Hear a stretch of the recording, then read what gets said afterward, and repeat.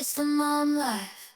Hey guys, welcome to another Living in the Moment with B and Steph. And today we are talking healthy mamas.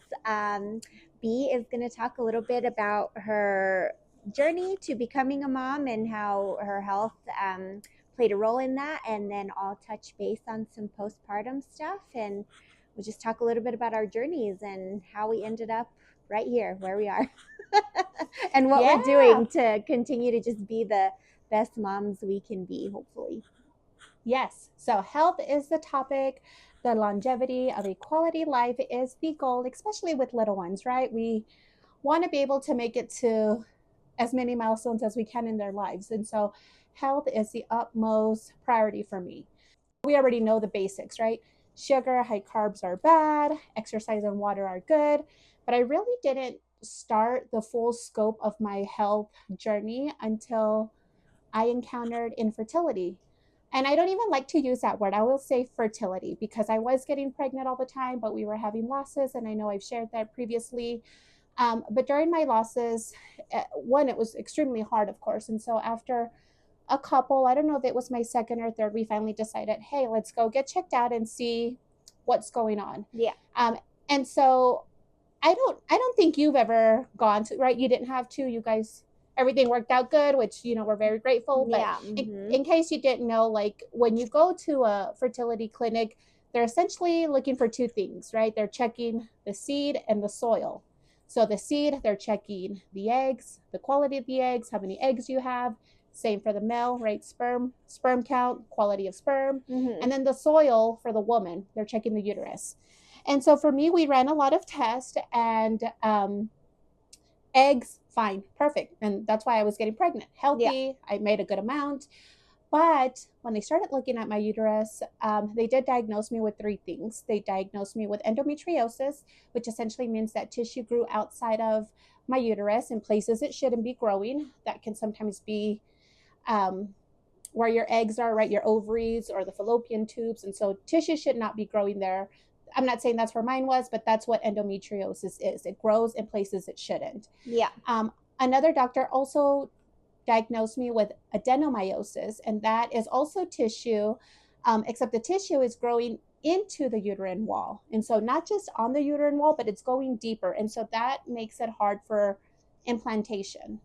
Um, and then they also, with blood work, diagnosed me with hypothyroidism, which essentially just means my thyroid is underactive. And when that's not working properly, that disrupts your heart rate, your metabolism, which is why my weight fluctuated so much, and even now a little bit, and we'll discuss that. It also affects your body temp regulation. So there was times where in the middle of the summer I'd be wearing a hoodie because I was freaking freezing. Yeah. Me And right now. right, that's why I'm like, go check your thyroid because you just Yeah. never know. That's what it was. It was body regulation, or I would get hot flashes in the middle of the night. And so in college, what I did is I would just run and run and run, and that would help balance some hormones. Again, I didn't know any of this. I wasn't married yet. I wasn't trying to have babies. I'm just like, what the heck's going on with me? There's obviously something, but whatever. Now, before you go on, that's exactly what I was going to ask you. So, looking back after you got those diagnosed with that stuff, especially for the endometriosis and the hypothyroidism, I feel like those present symptoms, like, just despite a fertility journey. So looking back, can you look just as you just did and pinpoint like this was why I felt like this is why Right. this was going on with both So- the hypothyroidism and the Right. endometriosis? Yeah, so the hypo, like I said, the body temp regulation was a big one for me. Mm-hmm. And I would even tell my mom, I'm like, oh my God, am I going to start menopause? Like, what's going on? Why am Yeah. I having hot flashes? Because she's going through it. And I'm like, why the heck am I going through it? Yeah. None of my family that I know of has hypothyroidism. My mom said, like, an uncle of hers, but no one, right? Mm-hmm. But another thing was chubby cheeks. And so yeah, and so I was always really skinny growing up, but I always had like a chunky face or chubby cheeks, and like my family and I are like, oh, whatever. A lot of Latinas have chubby cheeks, right? Yeah. It's the things that we eat, and so we kind of like whatever. And then as far as like endometriosis and adenomyosis, unfortunately, they're evil stepsisters. They're both horrible. If you have one, imagine having both. Like it's just horrible. But yeah. I had very painful menstruation cycles Mm-hmm. where I would cry a lot, and I would tell my mom and I would tell my aunts and I would tell my cousins like something's not right. I'm a pretty tough girl, but this is pretty bad. Mm-hmm. But unfortunately, which I'm glad it's being spoken about now, but unfortunately, all they would tell me is, in Spanish, las mujeres sufren, meaning women suffer, right? Mm-hmm. You suffer for your periods, you suffer for childbirth. Like, it's just common. Women suffer. Suck it up, girl. Yeah. Um, but no, like, there was a lot going on, and I How do you had to get pay that price. diagnosed with endometriosis specifically? Is that like a ultrasound type thing, or Right, because it's pretty right, common, right? But I feel like it's hard sometimes for women to get diagnosed with that. right. So they do go in there. They do an ultrasound, and they can see some with an ultrasound. They also do a dye test to see if they can see any obstructions in the uterus. Mm-hmm. But one thing they jump into right away is lab surgery. And Mm-hmm. so lab surgery is that they go in there with the camera, and that's when they really start to see where it actually is, and they try to, I don't know if it's pluck it or pull it out, but they try to clean Yeah. as much as they can to make the environment friendly. Mm-hmm. Now, for adenomyosis, unfortunately, and this was a really hard diagnosis for me, they told me the only cure, because you're in so much pain, unfortunately, is a hysterectomy, meaning the removal of your uterus. And who told you this? Just your regular gynecologist? No, my fertility doctor, my Oh wow. gynecologist. I was losing like babies, and they're like, oh, it's okay, it happens, don't worry about it. Like, they just kept dismissing me, and I would tell you, I mean, you remember, I would cry and cry, Yeah. and then I'm like, I need to go see a specialist. Yeah, it's Well, really hard. You have to what advocate for yourself just in what the general with yeah, I'm the like, what were all those freaking annuals for? And my yeah, OB, like, exactly. my DNC, because I already had losses and they had to do a DNC, like, they had no answers. I finally saw fertility in a clinic. Granted, I saw 4. So it's not like I went to one and he's like, oh, here you go, here's your test. Well, one No, of I them had, told you also that you needed the hysterectomy, like yeah, well, yeah, he's like, if you continue, your only other option right now to not have painful menstruations and to get rid of adenomyosis is a hysterectomy. oh my Um, gosh. yeah, like, we can give you prescriptions to help balance hormones, Yeah. which is what they give you for hypothyroidism, right? But really, for the pain that you're receiving, it's going to be right, Yeah. hysterectomy. And I'm thinking, well, what am I going to do? Like, Yeah, I'm that's really crazy not to me. going to Yeah. have babies. What's going to happen to my marriage? What's going to happen, to all the dreams and hopes that you have? And granted, I wasn't a girl who grew up being very girly, and I wasn't growing up like, I want to be a mom. I wasn't like that. I dreamt of adventure.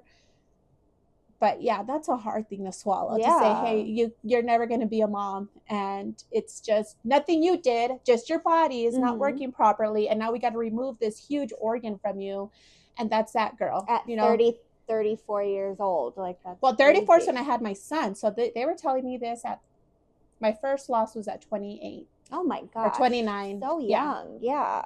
right, and then they were already like, and you're not that young, ma'am, you're almost Oh, 30. geez. Like, I guess in terms of having babies, maybe we're not that young, but right. Well, and so I was devastated. So of yeah. course I start plunging into, I'm like, no, like, I am not going to accept this diagnosis. And a part of me did. I even remember at one point, and thank you so much, Melissa, I love you. But I reached out to my cousin crying and telling her, I don't think I'm going to have babies. This is what's happening. And she said, I'll be your surrogate. Like, Oh, oh, I know. She's like, volunteer. She's like, I'll be your surrogate. I don't care. We're the that's same really blood. nice. Yeah. We'll do IVF. It's not a big deal, girl. Mm-hmm. We're here for you. And Yeah. so it was nice to have that support, but obviously still devastating news. So Yeah. I start doing all my research, and what do all these 3 things have in common? Well, they're autoimmune. Mm-hmm. And I didn't know I had any autoimmune growing up, right? Like I said, I had symptoms, but you don't really know. You just Yeah. keep dismissing them. But autoimmune is highly associated with inflammation. So going back to like my chubby cheeks, going back to everything, right? All these 3 are autoimmune with inflammation. And what is the number one culprit for inflammation? Sugar. Mm-hmm. And so I actually I started looking for girls in the infertility community. The it was hard, but oh my god, that community is so beautiful, so Yeah. strong. Like, these women pull you, and you think you're not ever going to have to go to the doctor. I'm like, I'll never do this. I'll never do that. Well, let me tell you, life humbles you because you're like, oh my God, what do you do now that your back's against the wall, right? Right. And all your dreams are falling apart. But I did have a good amount of support from people I didn't know because they were going through it. I didn't feel strong to reach to my family just because I was so broken Mm-hmm. and I wanted hope. And I know I'm not saying that they weren't going to give me hope, but they were just going to love me and like let me cry. And you And needed I, like real advice and right, real concrete right. information. That's where social media can be really amazing. I know that there's like mixed, I don't know, studies on how it affects us, and I And your mental for health. But kids, and I don't think that kids should be on it. I agree with all that stuff, but in terms of stuff like this, that's great, just for you to get new information, new perspectives, hear from people that you never would have been able to talk to or meet otherwise. right, That's great. Yeah. right. And so there was a couple girls in particular who reached out to me, and there's actually three. I can name them, but I don't know if they want to be named. But I will say they did reach out to me and they said, do carnivore, do Mm-hmm. carnivore keto, meaning remove all sugar. And then I did find a fertility doctor, Dr. Kiltz, who actually advocates that. He's the only one that I've seen advocate. I'm not saying he's the only one out there that does it, but he's all about it. Mm-hmm. And so I started jumping into carnivore keto. I've done keto in the past, but I struggled. I am a baker, y'all. A lot of recipes that y'all see like that are sweet come from B because Pretty much I everything am on our TikTok is anything baking related. She made that video. I am the baker, Yeah. and like I love baking. That is one of my passions, one of my hobbies. I love baking for family, birthday cakes, like celebrations, everything. I love celebrating people. Mm-hmm. So that was a hard one. But I got into it and I essentially gave up all sugar. And I've actually told you because I want to get back into it. I haven't done it for a month now, and I could start to see my cheeks swell up. And that, guys, is inflammation, right? It's Mm-hmm. not just weight gain. That's what we think it is, but it is highly inflammation. And Yeah. so I did that for, I want to say, so let me jump back real quick. I did do some injections to help my adenomyosis, which is Lupron. I forgot the full name, and I'm sorry, guys, but it's a Lupron depot injection. That's what it's called. And I did that when I was trying to get pregnant, and the it's that injection is also used, I believe, for some cancer patients. I don't know necessarily what it's used for in them. Mm-hmm. But I know it was like a big deal with the pharmacy, like, hey, be careful with this injection. So the goal of that was to shrink any tissue inside my uterus and make it small so that it's more of a friendly Friendly environment for environment. any Yeah. type of babies, right? Mm-hmm. Well, that didn't work. And so then I got into the no sugar, and I Mm-hmm. did no sugar for a month. I went back to the doctor.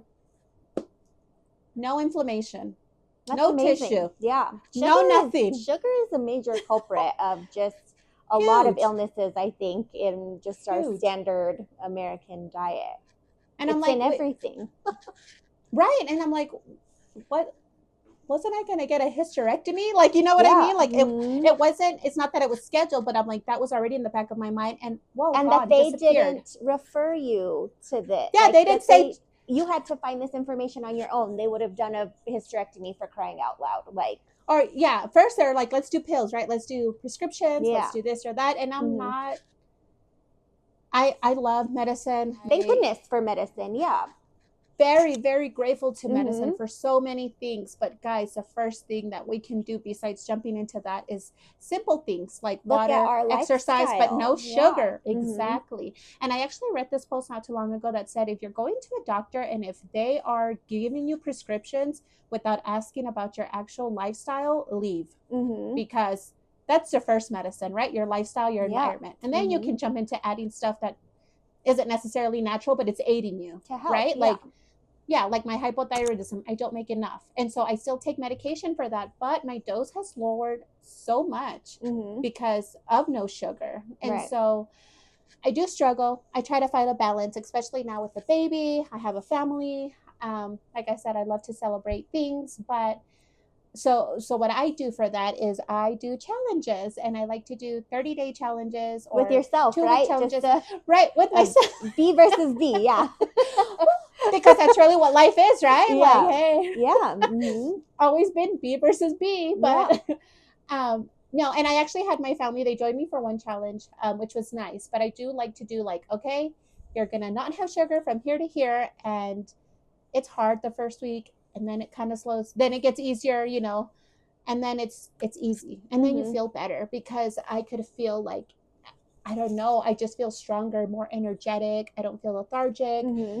I can exercise more, I can run more. It's just, I feel like such a whole different person. And so I have been eating sugar for about a month now. Not that I eat it every day, but I'm not watching it. I just eat it if it comes in front of me. Yeah. And I can start to see it like in my cheeks. But I was like, okay, I'm going to clean up. But then I'm like, no, I'm going to come as I am, y'all, because I think we should do a challenge Yeah. and see if we see a difference. Together, and anyone who wants to join us. I mean, I have no idea if I can. That sounds Well, even if we do extremely like a week or difficult. two. Yeah.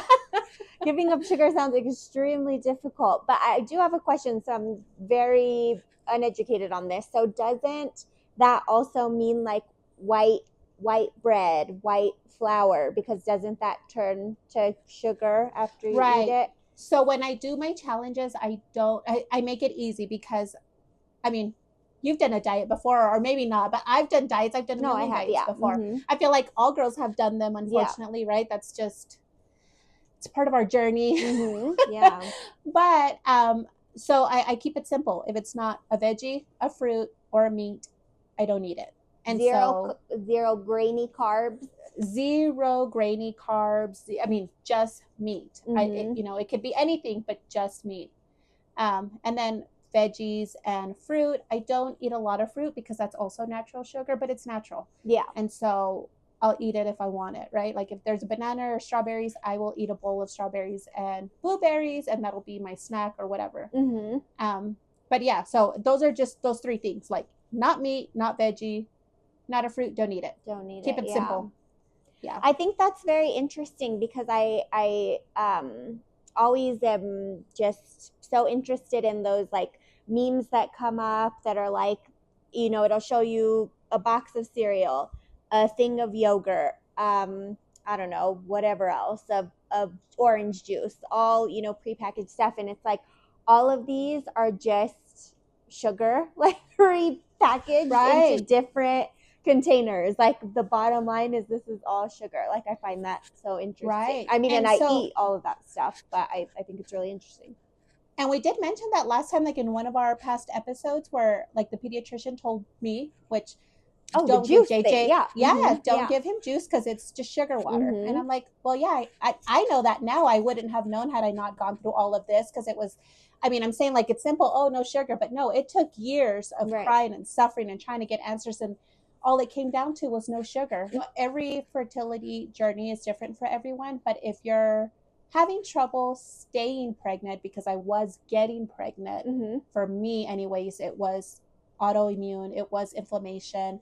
And instead of trying to make it messy and cut this or that, just cut it all out, y'all. Then I kept my pregnancy past a certain point, and then it's like, oh wait, I woke up with the butterfly rash, which is an indication of lupus. Mm. I didn't have lupus, but when I went to go do blood work for lupus, they found APS, which is antiphospholipid syndrome, which is a blood clot disorder. Hmm. Also Well, thank autoimmune. goodness. Yeah. That Right. ended up leading to that diagnosis.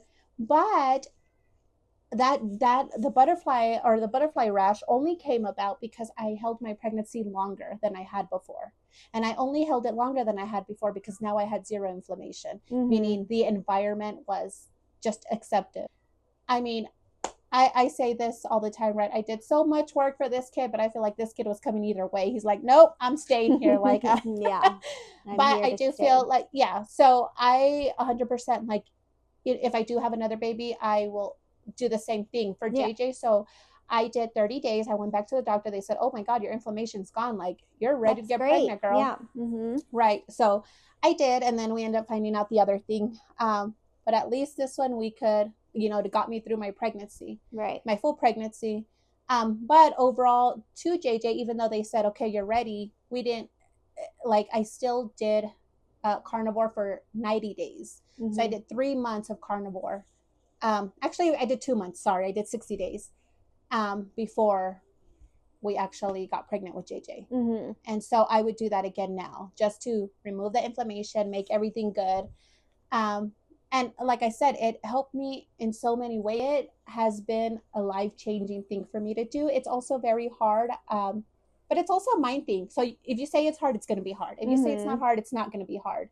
And so I like to give myself little challenges to get through because it does reset my body.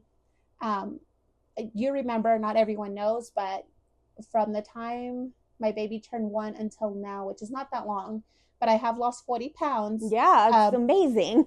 Yeah, getting off of sugar. Yeah, I had Mm-hmm. gained so much weight. I wasn't eating any different. My body was just going into like this And it's not overdose even from when he autoimmune. turned 1. I feel like you did that pretty soon on. Like it's been months that you've maintained that already, at least a month or two.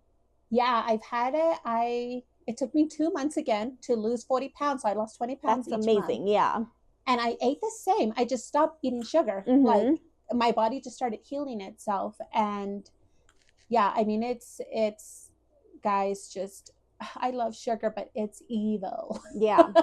It's evil. Like, don't do it, y'all. It's, or at least do it like they say. And we're just such addicts, right? But too much of anything is bad. Everything in moderation. Yeah.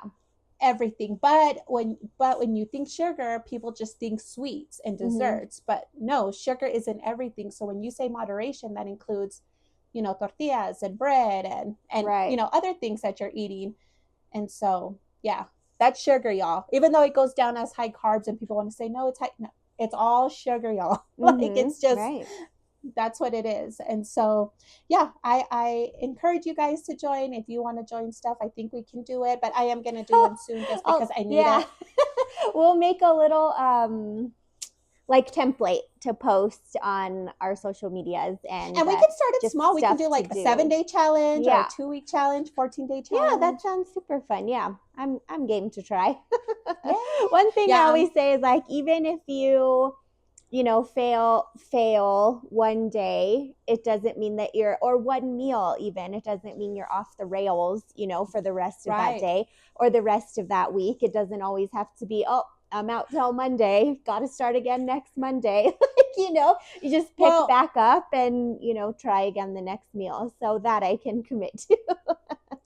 and I also think that's a little bit of self sabotage, right? Like, you're like, Chucks, No, I it guess is. It totally is. I'm Yeah. done doing this, like, well, but Yeah. yeah, I'm the same way. Like, I would tell my family, if you guys fail today, it's all right. It's how we end. Like, get up, start again. Yeah. Even one day of no sugar, guys, does your body good. Like, it resets your body. And intermittent fasting, I'm going to jump into that one too, just real quick, because I know we're going to talk postpartum, but intermittent fasting, that also gives your body time to process everything and digest everything properly, keep the nutrients, throw out the waste as it should. Um, so that's another one too, y'all, Yeah. that I will say has helped. That one's not for me. I do not do well with fasting at all. I've tried it. I know that it was a big thing. And that's where it kind of comes in. Like something is going to, not everything is going to work for everybody. So you Right. kind of have to figure out like what will work for you. But I think that's just a lot of like a diet culture going back to the, self sabotage. Like, oh, got to start again on Monday. Like, it's just like constantly pushed in our faces if you're not doing any which eating plan or whatever you're doing perfectly, then it's not, you're still not successful, and that's not the case. Well, and let me tell y'all, I ate like a lot. Like, I didn't restrain myself. So if I ate like a salad with chicken or meat, like, I ate the full salad. I didn't just eat a portion. Like, Right. because nothing's bad that's going in me, right? Like, it's Mm-hmm. all good. So you can just eat it. Mm-hmm. But then dressings, right? So a little So lime, gross. a little, yeah. So, Yeah. but yeah, Yeah, you can that's get hard. creative, and That's I'm happy to impressive. share recipes if you guys need different kind of Yeah, recipes, like to make those it would be fun. really fun posts. Yeah. I think Yeah, that's a great idea. yeah, we can Well, do thanks, that. friend, for sharing all of that. And yeah, so I think it will be super great if we can just make a little template of where to start, like 7 days, like you said, something easy, pretty doable initially, and then, see where that goes. I think that's fun. Yay. Yeah, And cool. then we can do it. Let's start and we'll post more, y'all. But let's do after 4th of July because we already know we're going to hear, well, it's a We're going to holiday. have the treats for the 4th of July. Yeah, exactly. Right. Which is already like next week. So, Next yeah, weekend. yeah, Yes. fun. Well, that sounds good. I'm just going to go quickly over some things that I have done postpartum to just help me feel like me. Because I find that my struggle a lot of the time is more mental, and I've talked about this a little bit previously. But I have always had really bad anxiety. It's gotten a lot worse in my adulthood. And I will say better for myself after having Maddie, like, in terms of like my anxiety for myself, but it is still there. And so sometimes obviously worse than others. I'm sure that a lot of people can relate to that. But there are some things that I do uh, that I feel help with that. And I did this before Maddie and now after. So it's not even just necessarily a postpartum thing, but I think you mentioned this. I will always, always, always be like a huge advocate for drinking water. Like I'm walking around with my emotional support water bottle all the time.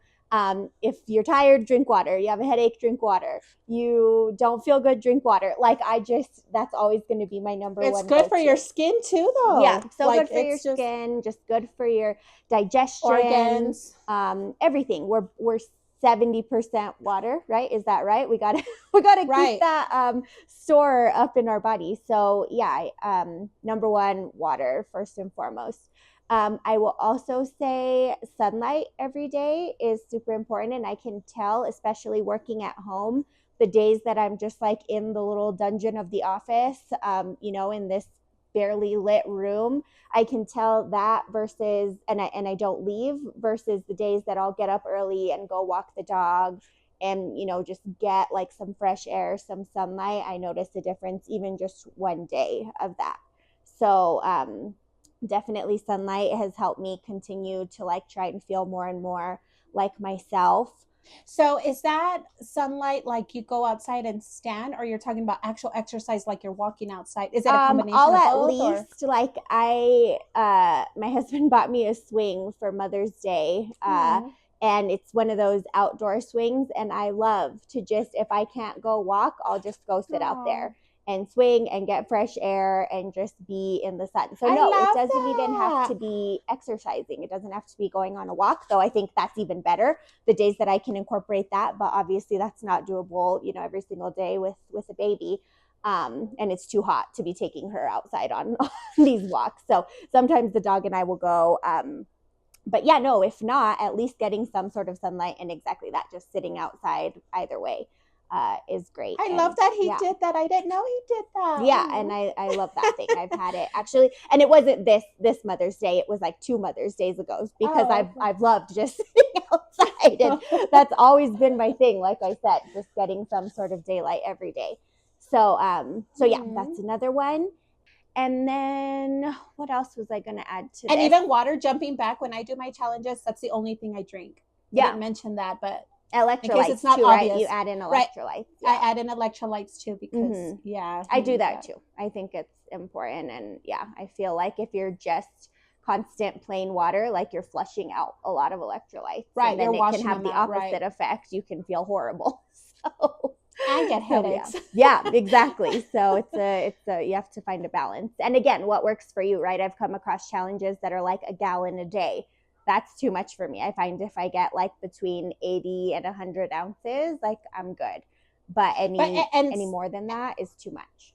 and Steph is true to her word. She is an advocate because for Christmas, you got me and Daisy. Stanley's.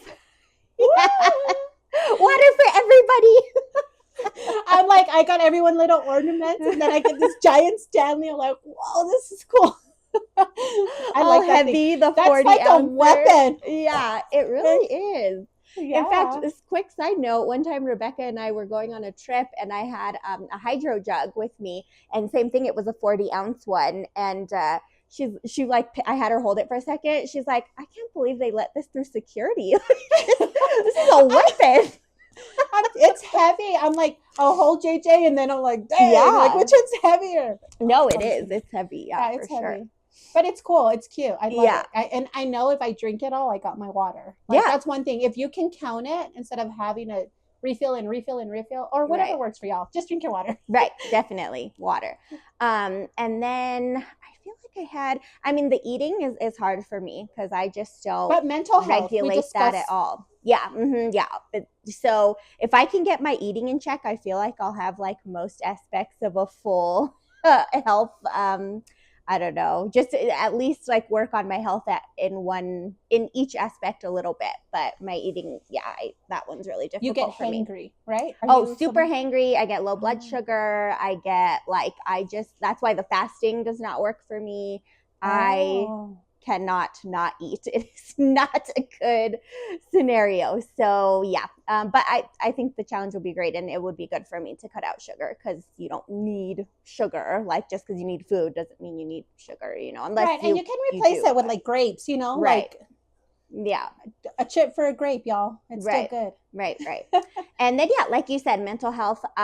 So I did do postpartum therapy, which I will tell anyone to do because those hormones I feel like can just really mess with your mind, and your thoughts can play tricks on you, and so that is something that really helped. I did it for a couple months after having Maddie, and not really until later. I think I did it like maybe months 5 through 7 or 4 through 6, something like that. I didn't start it right away, but just an unbiased, maybe third party to just hear what you have to say and kind of, give you some different Validate you. perspectives, and maybe not even validate you, just give you a different perspective, get you out of your head a little bit.